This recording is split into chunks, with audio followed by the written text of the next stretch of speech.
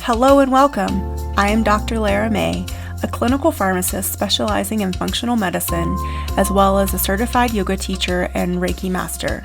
I run a truly integrative health coaching practice encompassing functional medicine lab testing, yoga and meditation, and a sprinkling of Reiki energy medicine. Join me here on Light Body Radio to break through your health plateau and come into alignment with your natural vitality.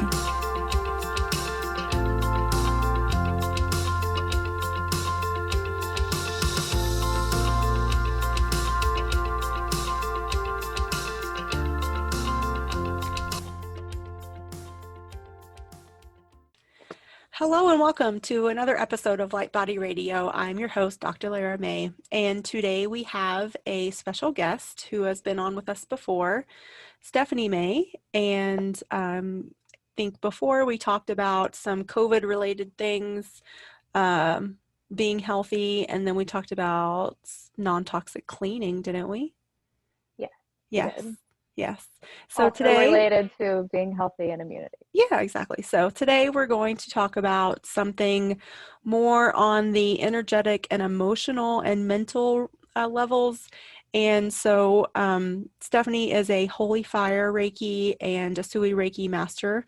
And she's also, like we talked about before, a certified personal trainer and a massage therapist. So she not only brings the energetic healing background to this, but also some personal experience, which I think we all have when we talk about being the victim or living in a victim mentality or overcoming and living an empowered life beyond victimhood. And so I think today in this environment that we're living in politically and just the craziness of the world, that it can feel definitely chaotic, but it can also feel like maybe that we don't have any power or that things are happening to us and maybe we're just being tossed around in a giant ocean of chaos. And so I wanted to bring this up because I don't want especially my audience to feel disempowered or feel like the world is against me or that bad things happen to me all the time and are just going to keep happening, or that other people are to blame for your circumstances, or that anything that you try will fail, so there's no point in trying. So all of these things are patterns, are thought patterns of being in a victim mentality. And so it's okay if you find yourself at these stages every now and then, but if you think or you find yourself in this presence and this mental state often or most of the time, then I think it's something that it's worth digging deeper into, because it can really lead and spiral down to full-on depression, panic, despair, and worst case scenario, maybe even suicide mentality. And so we definitely want everyone to know that they are supported, they are not alone, that there is always someone that they can reach out to. And so, but really where it starts is taking responsibility for your circumstances and seeking solutions to problems instead of perpetuating a sense of powerlessness or a persistent self-sabotage or negative self-talk. So, what do you think about that, Stephanie? Yes, I agree wholeheartedly. I think this is a very, very trying time for all of us. And so I do want to pick that apart a little bit by stating that we have all been victims this year, and that is okay. That as much as you don't want to be stuck in victimhood, there is a time and a place for it. It is a process, and just getting to a place where you can even admit, this happened to me or this happened to me, I have been a victim of this, is very empowering. Because then you're finally, you're past the first step. You're aware of the problem, and then you can actually not just address it, but then you can address your maybe your negative self speak or your self sabotage, or the depression that has come along with it. Um, and and there's definitely before COVID, but especially during this year, there are so many victims out there, whether it's domestic violence or racism, or they've been victims of disease, they've been COVID, they've been Unemployment. affected by, yeah, unemployment. Like that is, you are a victim. Like there are so many things in this world that are happening to you right now, for sure. However, I just want to, I just don't want anyone to feel um, invalidated when we talk about blame. Um, because Yeah. there is because these things have absolutely happened to you, for sure. But what we're wanting to focus on is not giving that power away, and not getting stuck in that all these things that are happening to me mode. Yeah, so I want to point out, and I'm going to interrupt you and say, like, victimhood is not a sign of weakness. It's a belief pattern. And so, Correct. like you said, with something we all go through, and it's something that you're not just going to go through one time in your life and be like, cool, mastered that, let's go on to the next thing. It's going to, Right. Correct. there's going to be cycles because, like everything in this wonderful human life that we have chosen, everything comes and goes in cycles, and you will find yourself super empowered and strong in some places and then not so much in others. And so, along with this conversation of victimhood comes the the aspect of personal boundaries, the aspect of self-esteem, the aspect of empowerment, and and hmm, what am I missing? Um, Control. I think I Making think that's, choices. yes, Yeah, so being choosing, so being choosing. purposeful and intentional and making the choice. And back in March, I wrote a blog about the victim mentality. And I didn't even realize at the time how timely it was because here in the United States, the COVID situation was just starting to get rolling. But one of the things I say in my blog is that happiness is a choice I make. And that's a mantra that we should constantly be reminding ourselves of, especially when we feel victimized in some way, shape, or form. We have a choice about how we react to it and then how we what we think about it. And so we can make the choice to feel despair, to feel powerless, or we can say, this sucked, but now I can take action in these different ways and I can still choose to exist in a place of happiness.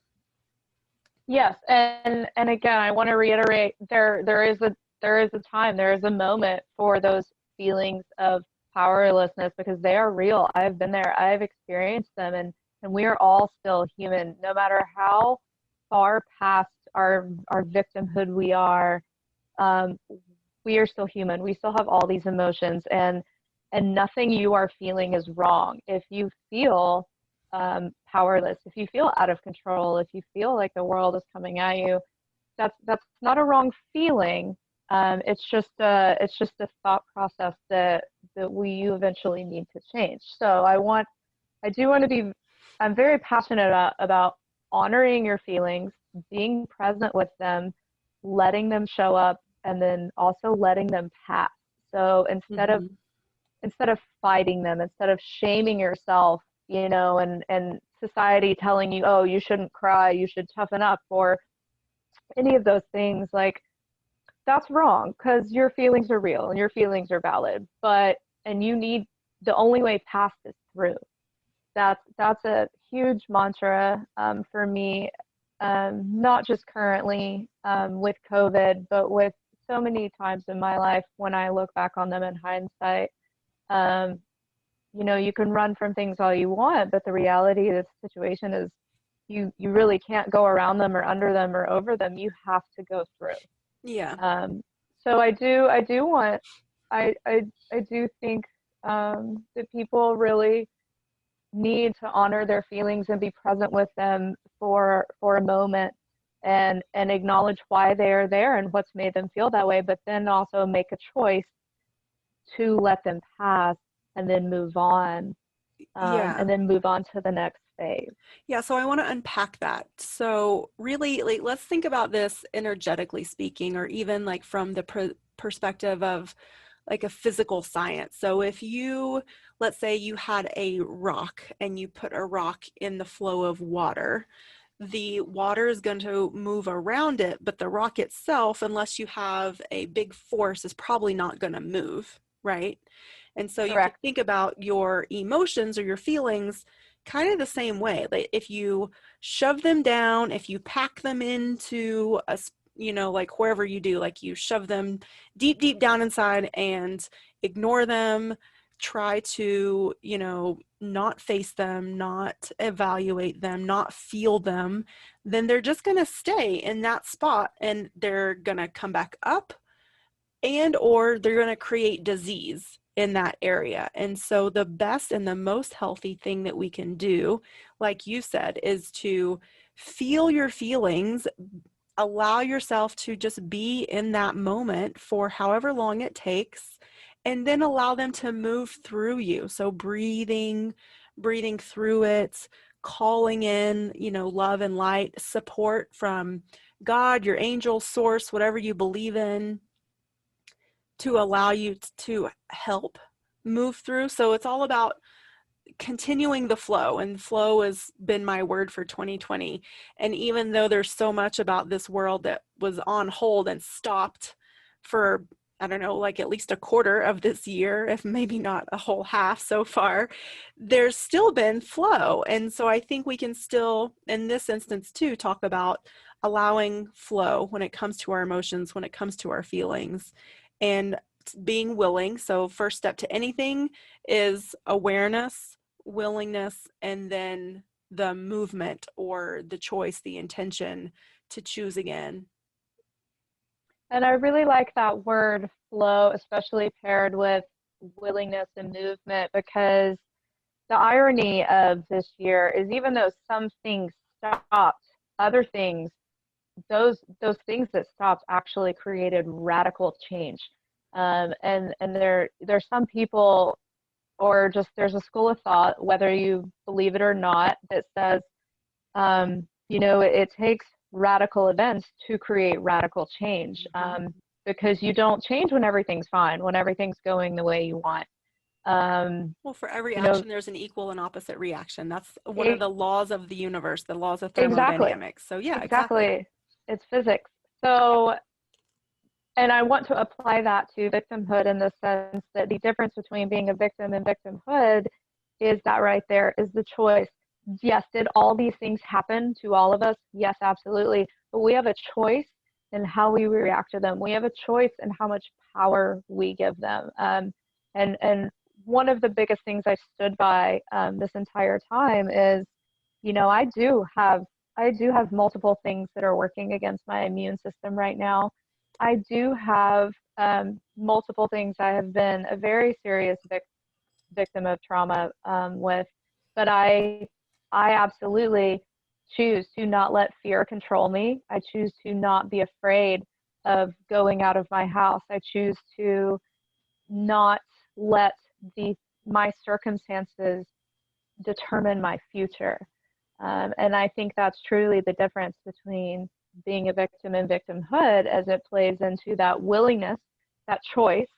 How much power, how much, do you want to give yourself? And then also allowing things to flow around that. Mm-hmm. And how much power are you willing to give away? And I think we don't think about that a lot. Absolutely. I think we sort of get like bogged down in the sort of the swirl of this is shitty, why me, all of those things, which when whatever the bad thing is that's happening totally makes sense. It's a total natural response. But if you continue to swirl there, then you're really giving your power away to it. You are allowing it to just be sucked out of you. And so I think that's something What I and I like to think talk that's about too is like our power management. So what we contribute to something, but then also like what we allow to be either taken from us or we give away ourselves. yes, and that's honestly why I turned off the news.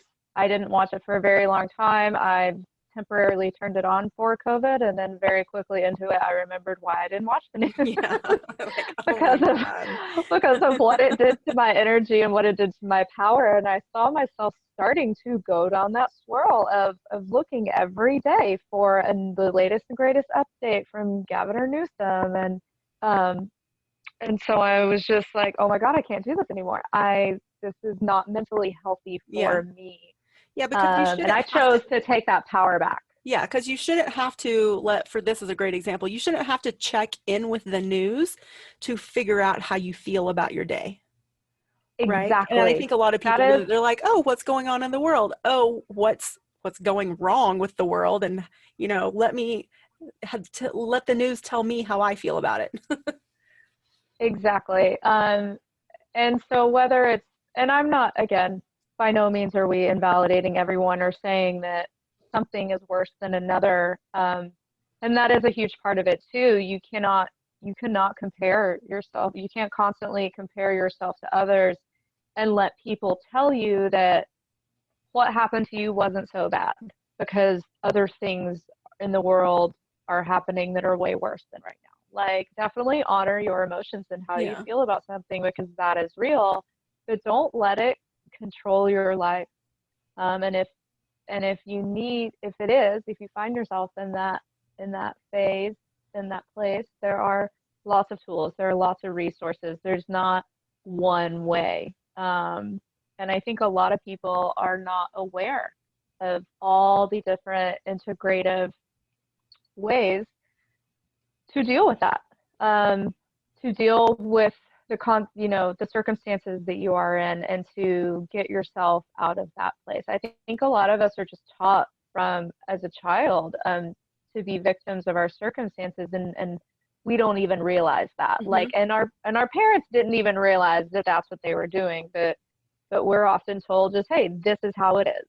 Like, and even if COVID and riots and all these other things didn't happen, just that alone right there teaches us to be victims of our circumstances, whether it's Yeah. poverty or natural disaster, and to just be told, well, this is how it is, and you have to deal with it and toughen up, Yeah. you Well, I know, don't know and about you, but I've never accepted that. And but I think that also speaks towards the souls that chose to incarnate in this time and this, very awakening time period that we're in. Like we are definitely in a era of empowerment and awakening, being aware, not just, taking what's told to us and, accepting it without question. And so I think now that it is part of all of our soul contracts to really, and it's part of establishing our own self-esteem and our own personal boundaries. Like, okay, so what am I going to believe? What am I choosing, to accept from what is being told to me by the news, by my ancestors, by the government, by my employer, all these different things. And what am I going to take? What am I going to leave? And of the things I'm going to take, how am I going to integrate those? Am I going to say, okay, maybe I believe that a little bit, but I'm going to augment it and say, actually, it's this with a sprinkling of these things over here, and make it yes. your own. And I think that's really important too, that while there is a oneness, we are all connected, we don't have to be sheeple. That is an excellent word. I love that word. There is obviously great power in numbers, but again, if you look at a flock of sheep, a flock of sheep will run off the edge of a cliff just because the whole herd is doing it. And so I think we are humans, we have higher consciousness, and we need to really tap into that and say, okay, some of these movements that are happening are great. They're moving us in a good direction, but others maybe not so much. Maybe some of these other ones are more destructive than they are constructive. And, again, just deciding from your own personal inner guidance system what you resonate with and what you don't. And again, like Stephanie and I are not here to pass judgment on anyone. It is diversity that makes the world go round. And we just want to give you all a positive platform to start self-accepting that none of us are perfect. And when we accept that none of us are perfect, then we actually maintain our power and we maintain our ability to not be a victim. Because if you admit that we're not perfect and we're never going to be, but we can always strive to be better, and we can always strive to be more loving, be more compassionate, be more kind and understanding, then I think that's the best that we can do. And if we all did that, then the world would just be so much more elevated. Correct. There's definitely something to say for not putting others up on a pedestal, much less ourselves. Mm-hmm. I think there's a huge component to not just self-forgiveness, but self-compassion and self-love. Again, we're not here to judge anyone because I have been through it. I'm sure you've been through plenty on your own. So it's just a matter of getting to that place where you realize everyone's going through something, despite the front that they are putting up, and everyone truly does have something to learn from everyone, no matter their education, their class, you know, um, their income, like whatever. We all truly have something to learn from everyone, and the more we recognize that we're all human and we're all going to screw up and make mistakes, and we can not just practice that with others, but within ourselves. Mm-hmm. Um, But not you being know, saying, paralyzed in that past mistake either. right. So not saying like, oh my God, I did this and then I was the victim of this, and getting stuck in on that negative cycle. Yeah. Or even, that's one of the things I love about Carolyn Mace is she really does, I feel like, equally look at both sides of an issue. And so, like for this, we're talking about being in the victim mentality, but let's be real. There are ways that I'm sure all of us have victimized others at some point, whether we knew we were doing it or not. We also have been the perpetuators of victimization. Does that make sense? And Absolutely. so I love Um, that when you say self-forgiveness, like, yes, we do need to all practice self-forgiveness.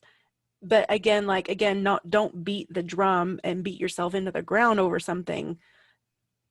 Practice the compassion and the love and the forgiveness as much on yourself as other people. yeah, and I think that is extremely important because a lot of us will not practice those boundaries, um, because I think that the section of us that are empaths, that are always putting ourselves in others' shoes, forget to think about ourselves sometimes. You know, where we've gotten to this place of, oh, you know, being so, sometimes some of us are so understanding towards others that we forget to practice our own boundaries and say no. And we're taught and told that saying no is bad and that saying no isn't okay. Mm-hmm. Say no is And selfish. You're selfish, yeah, no, no, no, no. Saying no is great. Saying no is healthy. Saying no is positive because you cannot pour from an empty cup. right? Saying You no is a only, healthy, loving statement. yeah, I you only learned have so that much. again and again. I learned it just Yes, recently this past month. I should have said no to something that I didn't, and I paid the price for it. Energetically speaking, I paid the price. Yeah. yes. So, yeah. I think that's a lesson I'm also constantly learning too. I just in every way you could possibly think of, and it definitely has resurfaced for me as well. And I think I think it's a theme of this year. Again, just saying, no, I'm not going to let fear control me. I'm not going to let the media and the propaganda control me. I am Mhm. not going to let it control my thought patterns. I'm not going to let the world control me. There's so much in the world I cannot control. And if I tried to control all of that, I would have a mental breakdown. Yeah. Um, And I think some people I have. Oh, they absolutely have, and I can tell you, I there was a few weeks that I was close to one myself, and then I recognized that, and I stopped, And I had to come back to all of this. And I had to come back to all these lessons again and all these reminders and just say, I am going to control what I can control within Yeah. myself, Like you can't my control. attitude, my thoughts, the words I actually use, my daily actions. And I'm going to let go of everything else because you can't control others and you can't make excuses for others. And Yeah, you and it can't and control it's what other people think of you. And there's, I forget who said it, but someone famous said that it's none of your business what other people think of you exactly. because you have no control over that. So you can't And I control think how that other is, people act, you know, you can't control yeah, how that is people part of react to you. that. I think that is a big part of victimhood, It's whether it's fear. been I like, think it comes from fear. yeah, whether it's like racism or domestic violence or so many other things, people will project their fear onto you and make you feel bad for things. Oh, make you feel bad for not supporting this cause or make you feel bad for their behavior because they can't take responsibility for their own behavior. And again, that's all. None of that is you. That is them. You cannot control them. You cannot control their words. You cannot control their attitudes. And enabling them, making excuses for them is also a part of victimhood. Mhm. Um, and showing them compassion, but not showing yourself any and saying no, like I will not be a part of this. I will not let this control me. Yeah.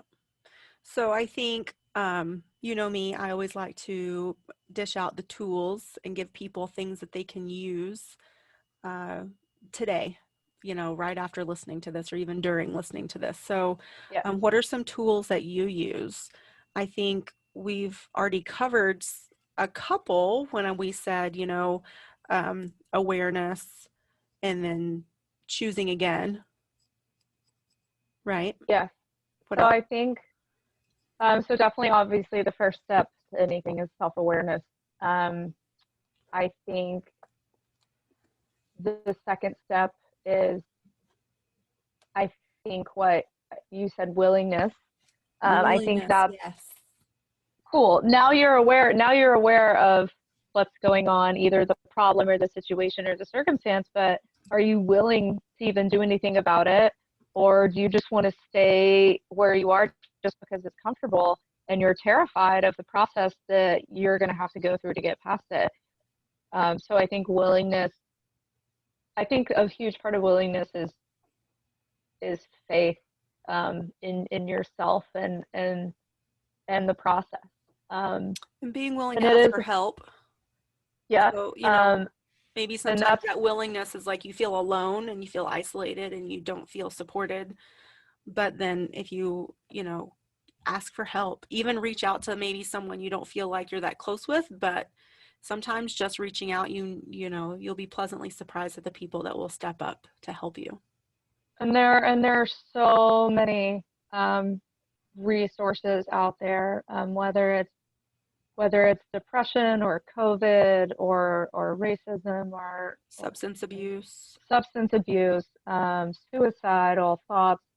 There are so many resources out there, and they are, if you don't want to talk to your friends, if you don't feel comfortable talking to your family, and I can tell you from doing a hotline training that every single person in my hotline training class truly cared and truly wanted to help these people, including myself. So the Hmm. people on the other end of those phone lines have also suffered in the past, and they truly do empathize with where you are at, and they know where you are at, and Yeah. they I'll want to help you. I'll put some of those links on the show notes page.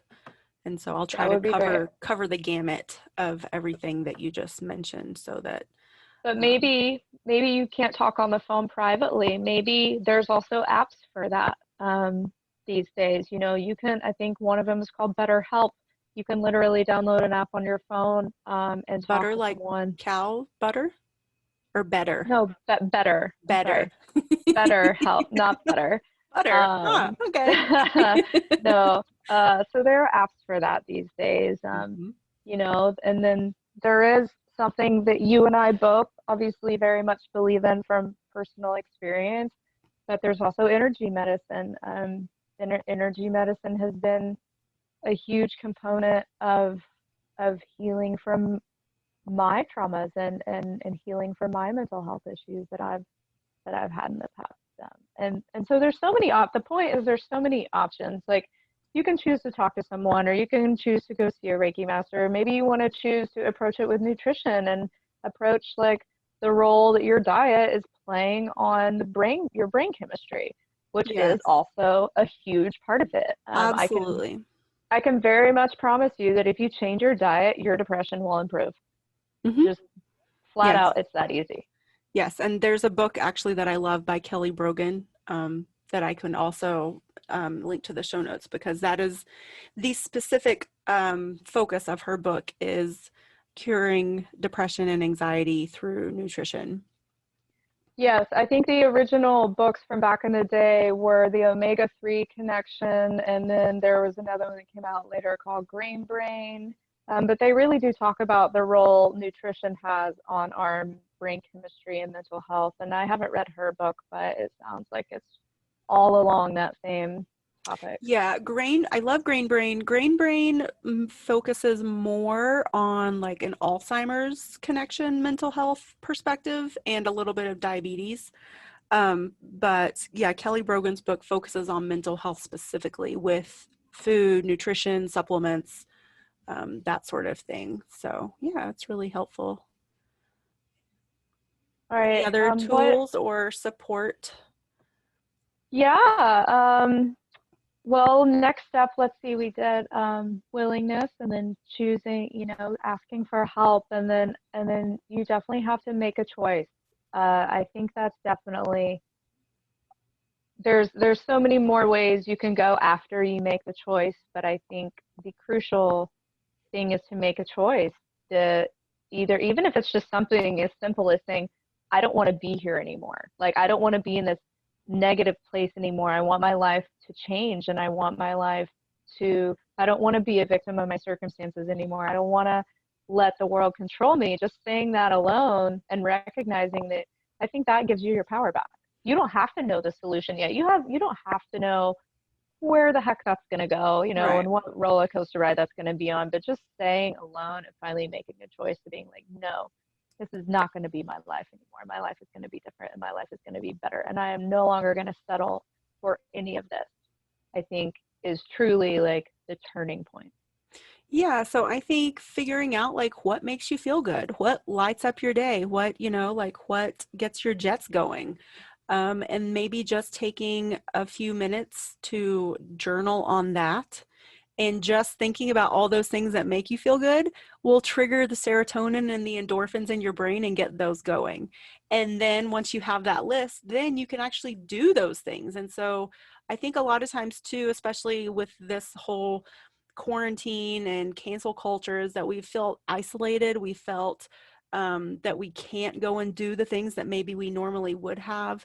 And so it's sort of pushed us into this unhealthy cycle of possibly substance abuse, maybe, disordered eating, not getting enough sunlight, not being around the people that light us up and make us feel loved and supported. So, all of these things. And so, I think now is a really good time to start reinfusing those things. If you haven't already, to definitely make a concerted effort to start reinfusing those things back into your daily life. So something every day that really like warms your heart and makes you feel good.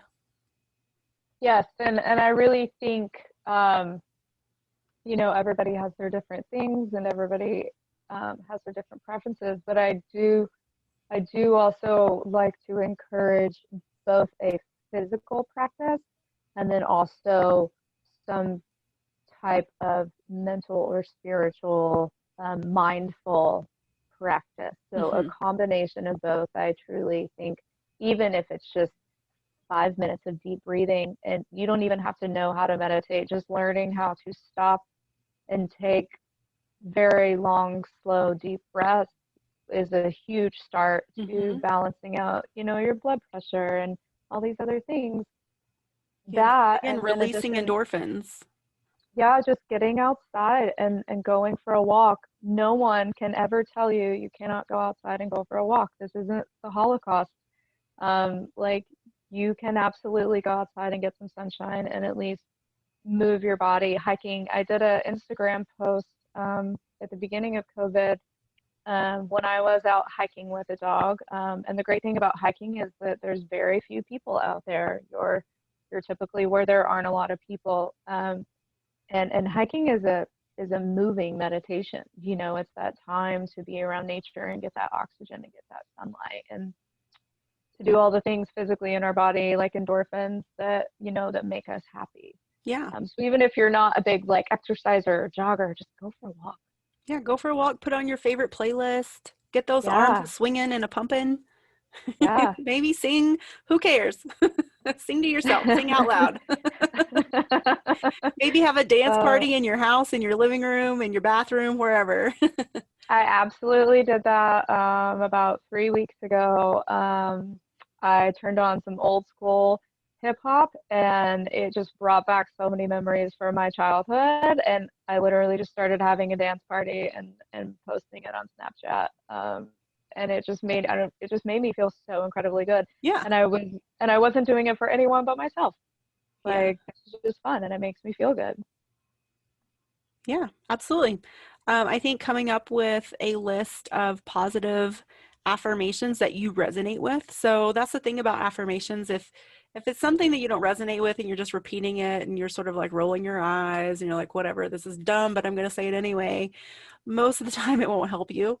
But if you find something that you truly feel in alignment with, then it can physically make a difference. Like there is scientific proof that shows that will, again, release endorphins and will have a positive effect on your mental and physical health. So thinking about that, maybe again, using a Yes. journal.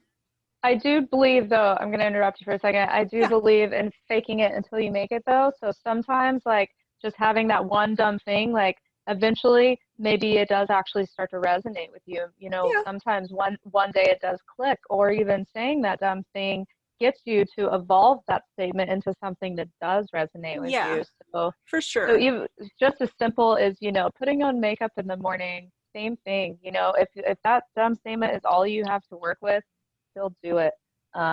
It will evolve into something better. Okay, cool. Anything else? Um, well, I think basically all of these things are just a reminder to always take time out of every day for yourself. Whether it's, you know, 5 minutes of breathing, whether it is a 30-minute walk outside, whether it is a list, you know, reading your positive affirmations to yourself. That everyone needs me time every day and that time of reflection and self-love and self-care um, to ground us and bring us back within ourselves because that's what the world and the news and everything does is it takes our energy out in a million different directions and I know even as a Reiki master I am still like some days my ADD and my to-do list is a mile long, and the days that I don't do my self-care practice are the days that aren't so good for me. And so I can attest, you know, to the fact that the days I do start my day with my meditation practice are the days I'm most successful. And it doesn't even have to be at the beginning of the day. You know, it can be a bath in the middle of the day or at night, but really just taking time for yourself every day, even if it's Mm-hmm. just 15 minutes, Mm-hmm. is crucial to mental health. Yes, you said one more thing that we haven't talked about yet, but I do want to reiterate is grounding. And especially, like you said, the news is pulling us in a million different directions. If you're a parent, you're being pulled in a million directions with your children with all the chaos of is there school, is there not school, how's this whole school thing going to work. Maybe you're stuck in your house with your 4 children all trying to homeschool them between the ages of kindergarten and high school. I mean, I can't My imagine that. heart goes out But I to do all know of that there are them. people out there dealing with this stuff. And so again, like, and it might sound like so impossible for you to get that 15 minutes alone, but yes, 15 minutes to yourself again, you can split it up maybe 5 minutes throughout the day. So 5 minutes here, 5 minutes there, 5 minutes at the end. But making that connection with nature, grounding, if you can't get outside for the day, then, like do a tree image meditation. So where you imagine that your, spine is the tree trunk and the roots are going down into the earth. I love one of those grounding meditations. So yeah, so grounding, I think, is a big one too. Again, to bring your energy back into your body because it can get so Mhm. scattered. And especially if you're an empath or a light worker, an energy worker, that is even another level of being pulled in different directions and being scattered sometimes. And so, yeah, so making that a priority, I think, is super important. Yes, and I do want to add in, you know, for people like those moms that have 4 kids at home, spanning all the ages, there are a ton of solutions to that too. If you are still struggling with that, please reach out. As a trainer, um, and a massage therapist, you know, with all the things I do, one of the things that I've really focused on over the years in my practice is is working with a lot of moms and helping them manage their time and figure out how to accomplish all these things in one day, and really focusing on multitasking in a positive way, not a negative way. But you know, if you only have 1 hour for recess and PE for all these, figure out a way to get them to work together, do workouts together, and do partner exercises. And same thing with your nutrition. If you guys are struggling, you know, really work on making nutritional changes in your diet that's going to help boost your mood and help with the brain chemistry in your entire family, not just them and not just yourself. So there are solutions, there are resources. Again, you are not alone, and there is help. Um, and sometimes you just got to get creative, and Mm-hmm. whatever works for you is fine. If that works for you guys, do it. Who cares what everybody else says? If that's what makes Yeah. you guys successful, go for it.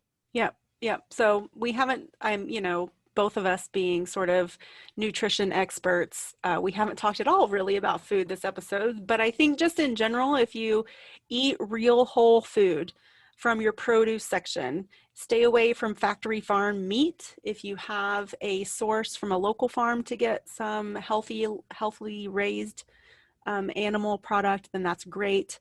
But if you don't, then maybe just stick with a whole foods plant-based diet, or, just focus on real food. Get away from anything in a package, get away from anything processed. Definitely don't go fast food. And again, using that dinner, that cooking time as a, as family time too, and bringing together, even if it's just you and your partner or whoever's in your house. Maybe you live in a house with a bunch of roommates. You guys all get together and cook together. That could be so much fun, and it brings that community feeling, which all humans need to feel part of a community. Yes, teach your kids how to cook. Teach them about, you know, this broccoli is good for this. Like an apple is good for this. You know, that can be their science lesson for the day. You know, I think the reason I ended up in such a hands-on field and career is because I thrived the most growing up with experiential education.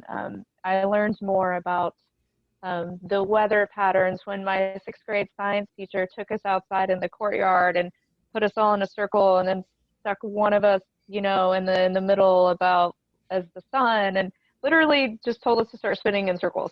And you know, as a 6th grader, that was extremely fun, and I truly understood like how the planets rotate and all these other things. And I don't think I had really processed anything from a science class up until that point. Yeah. um, but so do that, you know, get your kids spinning out in circles in the backyard or in your driveway if that's what gets them outside and gets you killing a few birds with one stone. Mm-hmm. Yeah. Okay. So I think we are going to wrap it up here.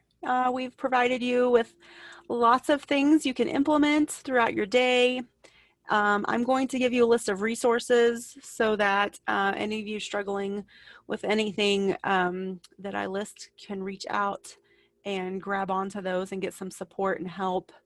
And I hope this has helped you move through your victimhood and not stay stagnant in it because, again, it's something that we all go through, and the healthy thing to do is move through it. So, do you Yeah. have anything wrapping up to say, Steph? No, not at all. I'm just sending love and light out to everyone right now that that has been struggling with their mental health. All right. Yes. And so if you have any questions that come up when you were listening to this episode, please feel free to leave us comments. There'll be comments on the show notes page, and then almost on every single platform, there's a way to leave a comment too. So whether you find this episode on YouTube or Podbean or I guess Stitcher and Spotify, you can't leave a comment, but I think you can in Castbox and Anchor. So there's lots of ways. On Anchor, actually, you can even leave us a voicemail. If you listen to this through Anchor, you can leave voicemails and voice questions, which are always fun. So, yeah, thank you guys so much for joining us, and we will catch you in the next episode. Namaste.